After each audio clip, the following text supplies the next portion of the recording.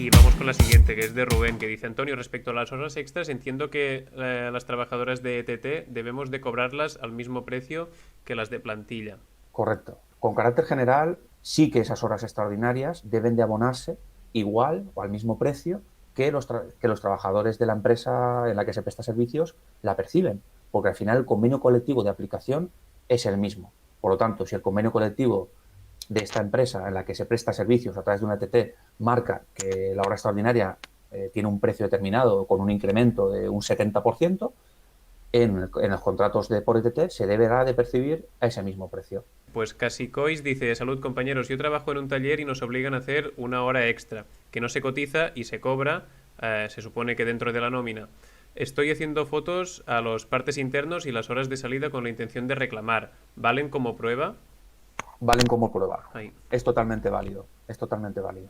Por lo tanto, se puede utilizar para demostrar ese exceso de la jornada ordinaria. En estos casos siempre es recomendable, si no quieres interponer una demanda judicial, ¿no? Pues para evitar el conflicto más directo, por así decirlo, con la empresa y tal, es interesante que cuando se supera la jornada y o no se abona o no se registra, ponerlo en conocimiento de la inspección de trabajo. La inspección de trabajo, siempre lo decimos, se pueden interponer las denuncias, no son anónimas, pero el inspector o la inspectora tiene prohibido revelar la identidad del denunciante. Por lo tanto, la empresa no va a saber jamás quién ha puesto esa denuncia. Entonces, el inspector se personará a la empresa, recabará los partes que me estás comentando y además, si tú tienes la prueba fotografiada, se lo aportas en la propia denuncia y obligará a la empresa o bien a abonar esas horas o bien a registrarlas si no se estaban registrando.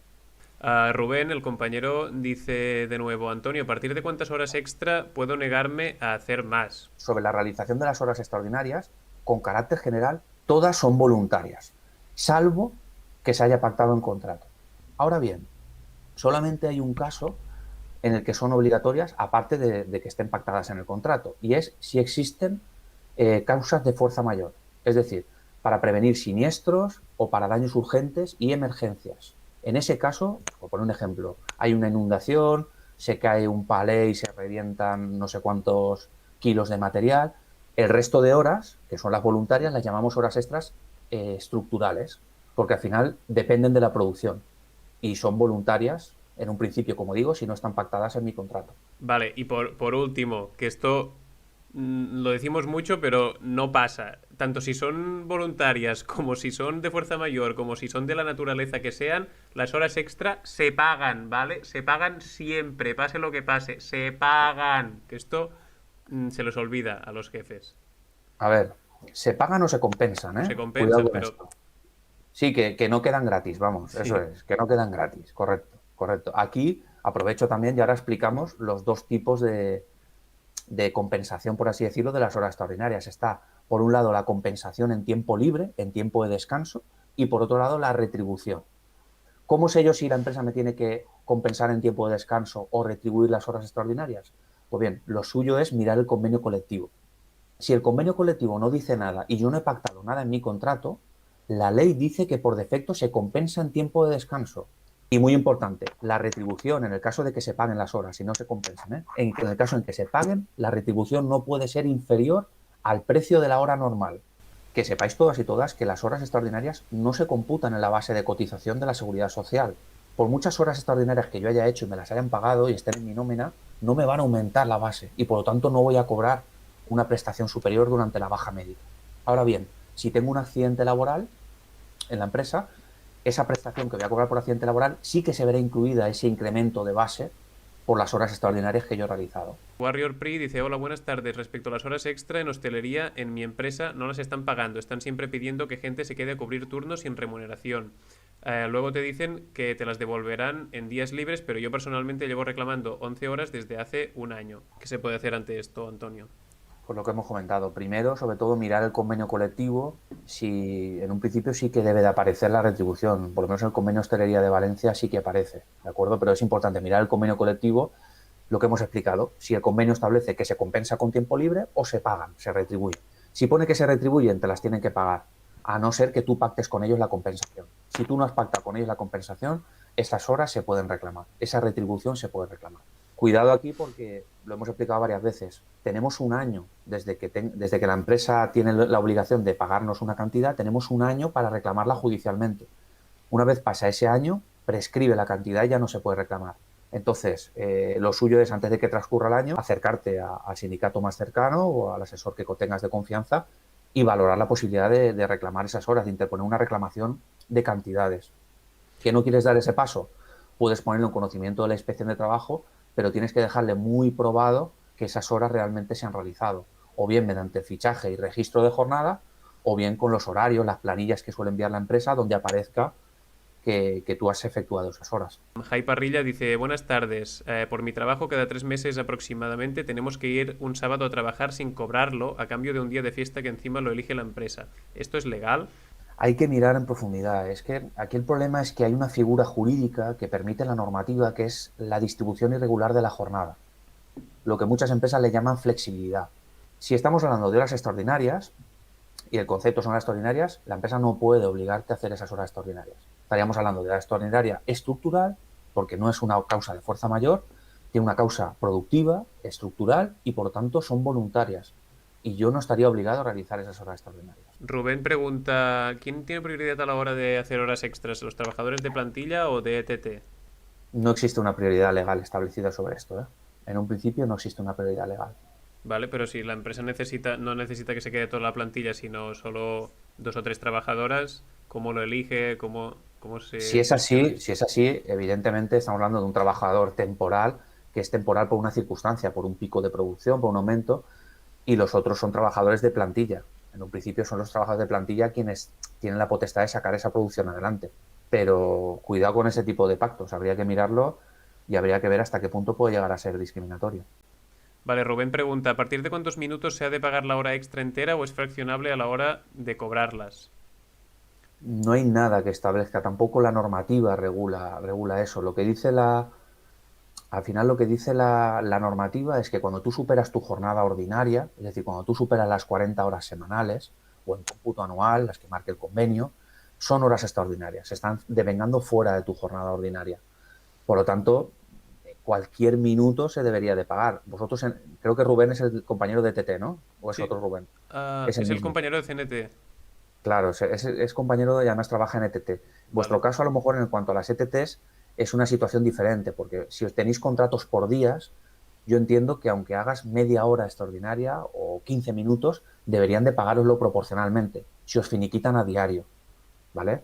Ahora bien, para un trabajador que tiene un contrato continuado y no tiene contratos fraccionados, las horas extraordinarias se abonan por completas o se compensan por completas. Pachi dice, montar una sección sindical de por sí es complicado, pero si necesitas que estemos 24 trabajadores, ¿se podría hacer una sección sindical con menos trabajadores? Entiendo que es la pregunta. Sí, por supuesto. Lo bueno del modelo de la sección sindical, que ese modelo que se utiliza es de CNT, es que es un modelo muy flexible. Permite constituir secciones sindicales en empresas de cualquier tamaño, condición y sector. Es decir, como no hay que convocar ningún tipo de elecciones sindicales, la sección sindical se puede constituir en empresas de hasta 2 trabajadores. Una empresa de 2 trabajadores podría perfectamente existir una sección sindical legalmente constituida. Por lo tanto, la respuesta es sí.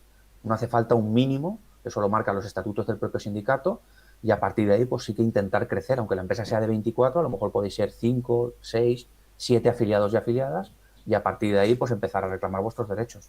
Y Run dice, soy funcionario y la CNT no está presente, ¿qué puedo hacer? A ver, en la función pública también se pueden constituir secciones sindicales, ¿de acuerdo? Una cosa es que la CNT no esté presente en la mesa sectorial, ¿no?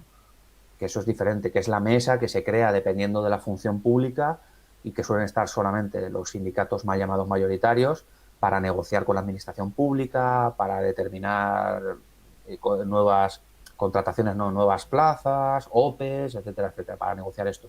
Pero que no, la CNT no esté presente en esas mesas no significa que no pueda tener presencia. Es más, hay muchísimos afiliados y afiliadas del sector público en enseñanza, en la Administración General del Estado, en la Administración local, que constituyen secciones sindicales. Entonces, contacta con el sindicato para estudiar de qué forma se puede constituir una sección sindical en el departamento, en tu administración, en tu instituto, porque las secciones sindicales son totalmente válidas también en el sector público.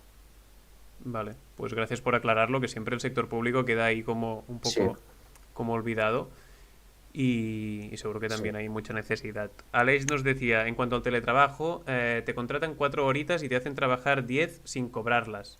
De manera, ¿de qué manera podemos reclamar esto o al menos que le peguen un palo a la empresa?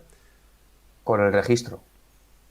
Si trabajas de forma telemática, si trabajas a distancia, el teletrabajo, tendrás un sistema de registro y fichaje. Seguramente sea a través de una aplicación móvil o a través de un software o de una página web de la empresa. Esas horas deben de quedar fichadas. Si esas horas se fichan y se registran, siempre se van a poder reclamar. Y se reclaman, como dices, inspección. Correcto. O bien vía judicial, reclamando esas horas, o bien a través de la inspección de trabajo para que le pida a la empresa que aporte todo el registro de horas y en donde quede constancia de que yo esas horas las he realizado. Sí, no, es que es importante sobre el tema de horas extraordinarias para que quede claro. Hemos hablado de la voluntariedad, ¿no? Sobre las horas, hemos hablado de la retribución, pero no hemos comentado el límite máximo. Y es importante que lo sepamos. Hay un límite máximo de 80 horas extraordinarias anuales. Ojo con esto porque hay muchísimas empresas que lo incumplen. Entonces, que sepamos que las 80 horas no se pueden superar. Cualquier pacto que me haga la empresa en el contrato, por escrito, de aumentar esas 80 horas anuales es nulo, no se puede. ¿De acuerdo? Y, por ejemplo, en contratos de menos de un año, si a mí me contratan para 6 meses, se reduciría a la mitad. Ya no serían 80, serían 40 horas. ¿Vale? Es decir, es proporcional al tiempo en el que yo esté contratado. Muy importante. Vale. La única forma de que se puedan superar este tipo de horas es que las de fuerza mayor no computan. Las que hemos dicho antes de extraordinario, averías, etcétera, esas no computan en esas 80. Solamente las que son productivas o estructurales. Y tampoco computan si yo hago horas extraordinarias y la empresa me las compensa 4 meses después. Hasta 4 meses después, si me las compensa en tiempo libre, tampoco se sumarían a estas 80. Pues nada, como decíamos, muchas gracias a todas y a todos por estar aquí, por vuestras consultas, preguntas.